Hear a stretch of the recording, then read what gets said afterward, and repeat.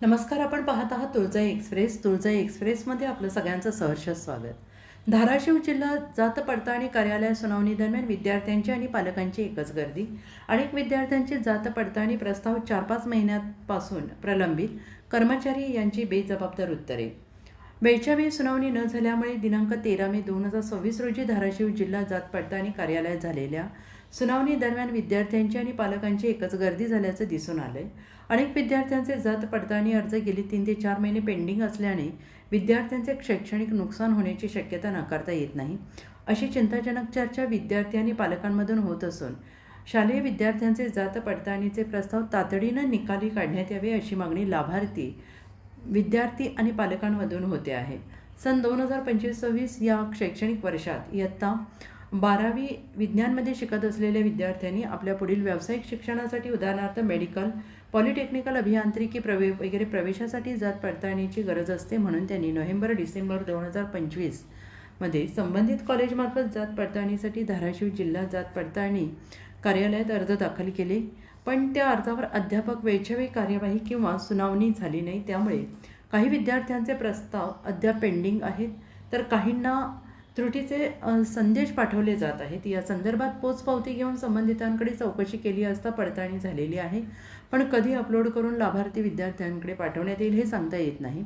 Upload करायचे बाकी आहे. अपलोड कधी होणार आणि तुम्हाला तुमच्या मेलवर कधी मिळणार हे सांगता येणार नाही, अशी बेजबाबदार उत्तरं येथील संबंधित कर्मचारी देतात असे समजत आहे. त्यामुळे अनेक विद्यार्थी संभ्रमात पडलेले आहेत, कारण इयत्ता 10वी आणि 12वी परीक्षा निकाल लागला असून 10वी नंतर पॉलिटेक्निकल, ITI वगैरे व्यावसायिक प्रवेशासाठी विद्यार्थी प्रयत्न करत असतात, तर 12वी विज्ञानानंतर काही विद्यार्थी मेडिकल, इंजिनिअरिंगसाठी प्रवेश मिळवण्याकरिता प्रयत्न करतात. त्यासाठी त्यांना जात पडताळणी दाखल्याची अत्यंत गरज असते. जर वेळेत हे दाखले मिळाले नाही तर कदाचित त्यांचे मोठे शैक्षणिक नुकसान होण्याची शक्यता असते. त्यामुळे अनेक विद्यार्थ्यांचे भवितव्य अंधारात असल्याचं दिसून येत आहे. यामुळे पुढील शिक्षणासाठी प्रवेश मिळेल का नाही या चिंतेत अनेक विद्यार्थी असल्याचे समजत आहे. तेव्हा संबंधित जात पडताळणी कार्यालयाने किमान दर आठवड्याला एकदा सुनावणी ठेवून विद्यार्थ्यांची जात पडताळणी प्रस्ताव त्वरित निकाली काढावे, कारण लवकरच पुढील शिक्षणासाठी प्रवेश प्रक्रिया सुरू होईल.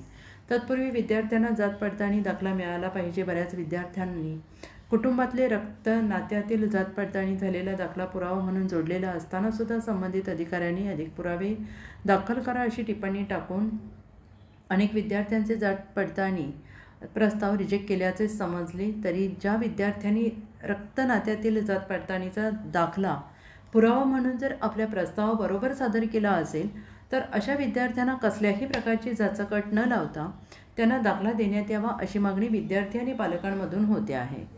तर धाराशिव जिल्ह्यातील जात पडताळणी कार्यालयाच्या बेजबाबदार कारभार वरिष्ठ अधिकाऱ्यांनी लक्षात घेऊन विद्यार्थ्यांचे होणारे शैक्षणिक नुकसान टाळावे, विद्यार्थ्यांना वेळेत जात पडताळणी दाखले द्यावेत अशी मागणी सुनावणी दरम्यान उपस्थित पालक आणि विद्यार्थी वर्गातून होते आहे.